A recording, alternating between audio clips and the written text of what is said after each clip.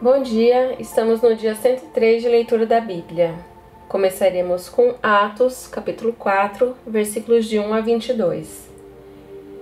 Pedro e João diante do Sinédrio. Enquanto Pedro e João ainda falavam ao povo, chegaram os sacerdotes, o capitão do templo e os saduceus, ressentidos porque os apóstolos estavam ensinando o povo e anunciando em Jesus a ressurreição dentre os mortos. Prenderam Pedro e João e os recolheram ao cárcere até o dia seguinte, pois já era tarde. Porém, muitos dos que ouviram a palavra creram, subindo o número desses homens a quase 5.000. No dia seguinte, as autoridades, os anciãos e os escribas se reuniram em Jerusalém, com o sumo sacerdote Anás, com Caifás, João, Alexandre e todos os que eram da linguagem do sumo sacerdote.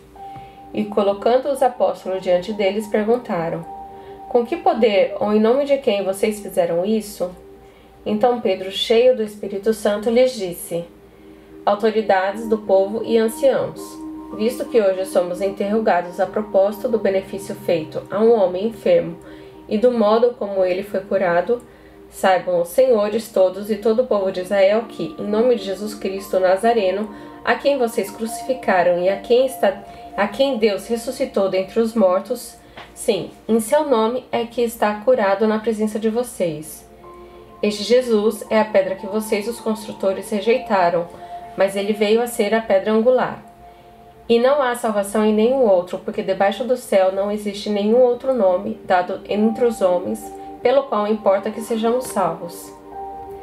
Ao verem a ousadia de Pedro e João, sabendo que eram homens iletrados e incultos, ficaram admirados e reconheceram que eles haviam estado com Jesus.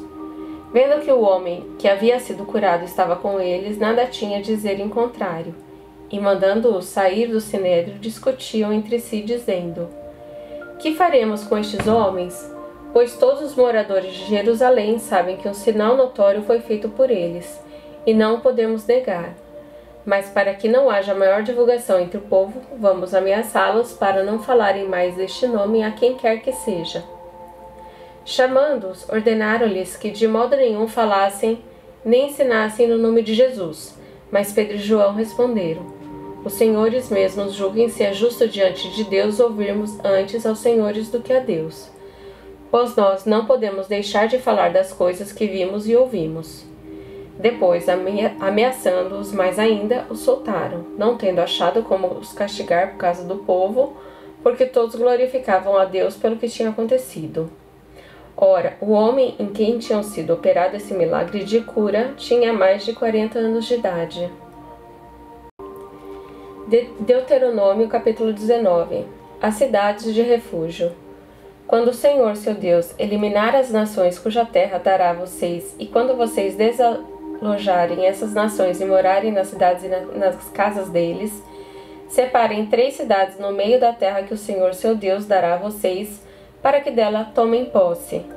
Preparem o caminho e dividam em 3 partes a terra que o Senhor, seu Deus, lhes dará por herança. E isto será para que nela se refugie todo homicida. Este é o caso do homicida que nelas se refugiar, para que salve a sua vida. Aquele que involuntariamente matar o seu próximo a quem não odiava, assim, se alguém entrar com seu próximo na floresta para cortar lenha e manejando com impulso o machado para cortar uma árvore, o ferro saltar do cabo e atingir o seu próximo e este morrer, aquele homem poderá se refugiar numa dessas cidades e salvar a sua vida. Isto para que o vingador do sangue não persiga o homicida, quando ficar furioso, e o alcance por ser longo caminho e lhe tire a vida, porque não merece morrer, pois não o odiava. Portanto, ordeno a vocês que separem 3 cidades. Se o Senhor, seu Deus, ampliar o território de vocês, como jurou aos pais de vocês, e lhes der toda a terra que prometeu a eles, desde que vocês guardem e cumpram todos estes mandamentos que hoje lhes ordeno, amando o Senhor, seu Deus, e andando nos seus caminhos todos os dias, então vocês devem acrescentar mais 3 cidades além destas 3, para que não se derrame sangue inocente na terra que o Senhor, seu Deus, lhes está dando por herança, pois vocês seriam culpados da morte de homens inocentes. Mas, se houver alguém que odeie o seu próximo, armas-lhe ciladas, levanta-se contra ele e o mata, e então se refugia numa dessas cidades. Os anciãos da sua cidade mandarão tirá-lo dali e entregá-lo na mão do vingador do sangue para que seja morto. Não olhem para ele com piedade. Pelo contrário, exterminem de Israel a culpa do sangue inocente, para que tudo vá bem com eles. A respeito das divisas e das testemunhas. Não mudem os marcos de divisa do seu próximo, que os antigos fixaram na herança de vocês, na terra, que o Senhor seu Deus lhes dá para que dela tomem posse. Uma só testemunha não poderá se levantar contra alguém por qualquer iniquidade ou por qualquer pecado, seja qual for que cometer. Pelo depoimento de 2 ou 3 testemunhas, se estabelecerá o fato. Quando se levantar testemunha falsa contra alguém, para o acusar de alguma transgressão, então os 2 homens que tiverem a demanda se apresentarão diante do Senhor, diante dos sacerdotes e dos juízes que houver naqueles dias. Os juízes exterminarão o caso com cuidado e, se a testemunha for salva e tiver testemunhado falsamente contra o seu irmão, receberá o castigo que tinha em vista para o seu irmão. E assim exterminarão o mal do meio de vocês, para que os que ficarem ouçam, temam e nunca mais tornem a fazer semelhante mal no meio de vocês. Não olhem para ele com piedade, vida por vida, olho por olho, dente por dente, mão por mão, pé por pé. Deuteronômio, capítulo 20. A respeito da guerra. Quando vocês saírem para fazer guerra a seus inimigos e virem cavalos, carros de guerra e um povo maior em número do que vocês, não tenham medo deles, pois o Senhor, seu Deus, que os tirou da terra do Egito, está com vocês. Quando estiverem se preparando para a batalha, o sacerdote se adiantará e falará ao povo, dizendo: Escute, povo de Israel, hoje vocês estão se preparando para lutar contra os seus inimigos. Que o coração de vocês não desfaleça. Não tenham medo, não tremam, nem fiquem apavorados diante deles, porque o Senhor, o Deus de vocês, é quem os acompanha e vai lutar por vocês contra os seus inimigos, para que vocês sejam salvos. Os oficiais falarão ao povo, dizendo: Existe aqui entre nós alguém que construiu uma casa nova e ainda não a consagrou? Vá, volte para casa para que não morra na batalha e outro tenha de consagrar a casa. Existe aqui entre nós alguém que plantou uma vinha e ainda não colheu as uvas? Vá, volte para casa para que não morra na batalha e outro venha desfrutar da vinha. Existe aqui entre nós algum homem que contratou casamento com uma mulher e ainda não a recebeu como esposa? Vá, volte para casa para que não morra na batalha e outro homem a receba como esposa. E os oficiais continuarão a falar com o povo, dizendo: Existe aqui entre nós algum homem medroso e de coração tímido? Vá, volte para casa para que seus irmãos não acabem ficando com medo também. Quando os oficiais tiverem falado ao povo, designarão os capitães dos exércitos para que fiquem à frente do povo. Quando vocês se aproximarem de uma cidade para lutar contra ela, apresentem-lhe primeiro uma proposta de paz. Se a resposta é de paz e os moradores abrirem os portões, todos os que estiverem na cidade serão sujeitos a trabalhos forçados e passarão a servir vocês. Porém, se eles não fizerem paz com vocês, mas declararem guerra, então vocês devem sitiar a cidade. E o Senhor, seu Deus, a entregará na mão de vocês e vocês devem matar com a espada todos os do sexo masculino que houver na cidade. Mas vocês podem ficar com as mulheres, as crianças, os animais e tudo que houver na cidade. Todo o seu despojo, podem desfrutar o despojo dos inimigos que o Senhor, seu Deus, entregou a vocês. Façam assim com todas as cidades que estiverem longe de vocês, que não forem das cidades destes povos. Porém, das cidades dessas nações que o Senhor, seu Deus, lhes dá como herança, não deixe ninguém com vida. Pelo contrário, como o Senhor, seu Deus, ordenou, vocês devem destruí-los totalmente. Os heteus, os amorreus, os cananeus, os ferezeus, os heveus e os jebuseus, para que essas nações não ensinem vocês a fazer segundo todas as suas abominações, que fizeram a seus deuses, pois vocês estariam pecando contra o Senhor, seu Deus.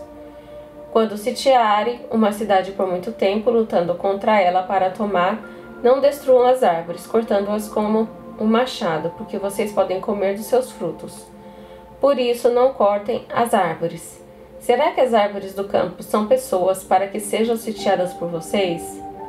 Mas as árvores cujos frutos vocês não sabem que não são comestíveis, essas vocês podem derrubar e cortar, para com elas cercar a cidade que está em guerra contra vocês, até que seja conquistada. Jó, capítulo 13. Falarei ao Todo-Poderoso. Eis que os meus olhos viram tudo isso e os meus ouvidos o ouviram e entenderam. O que vocês sabem, eu também sei. Em nada sou inferior a vocês. Mas falarei ao Todo-Poderoso e quero defender-me diante de Deus. Vocês, porém, cobrem a verdade com mentiras. Todos vocês são médicos que não valem nada. Quem dera vocês ficassem completamente calados. Vocês poderiam passar por sábios. Vocês zombariam de Deus? Ouçam agora a minha defesa e prestem atenção aos argumentos dos meus lábios. Será que vocês vão dizer perversidades em favor de Deus? Vão dizer mentiras a favor dele? Serão parciais por ele? Argumentarão a favor de Deus?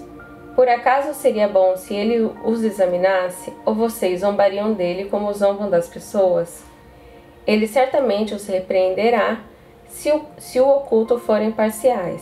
A grandeza dele não os amedrontaria? E o terror dele não cairia sobre vocês? As máximas de vocês são provérbios de cinza, as defesas de vocês são muralhas de barro. Defenderei minha causa diante de Deus. Calem-se diante de mim e eu falarei. Que venha sobre mim o que vier. Tomarei a minha carne nos meus dentes e porei a minha vida nas minhas mãos. Eis que ele me matará, já não tenho esperança. Mesmo assim defenderei a minha conduta diante dele. Também isto será a minha salvação.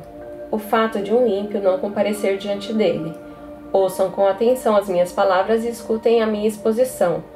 Tenho já bem encaminhada a minha causa e estou certo de que serei justificado.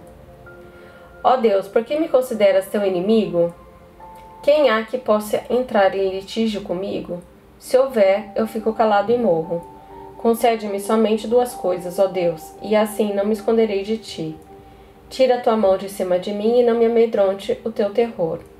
Interpela-me e eu responderei, ou deixa-me falar e tu responderás. Quantas culpas e pecados eu tenho eu? Mostra-me a minha transgressão e o meu pecado. Por que escondes o teu rosto e me consideras teu inimigo? Queres aterrorizar uma folha levada pelo vento e perseguirás a palha seca? Pois decretas contra mim coisas amargas e me atribuis as culpas da minha mocidade. Também prendes os meus pés com correntes, observa todos os meus caminhos e traça limites às plantas dos meus pés. Apesar de eu ser como uma coisa podre que se consome e como a roupa que é comida pela traça.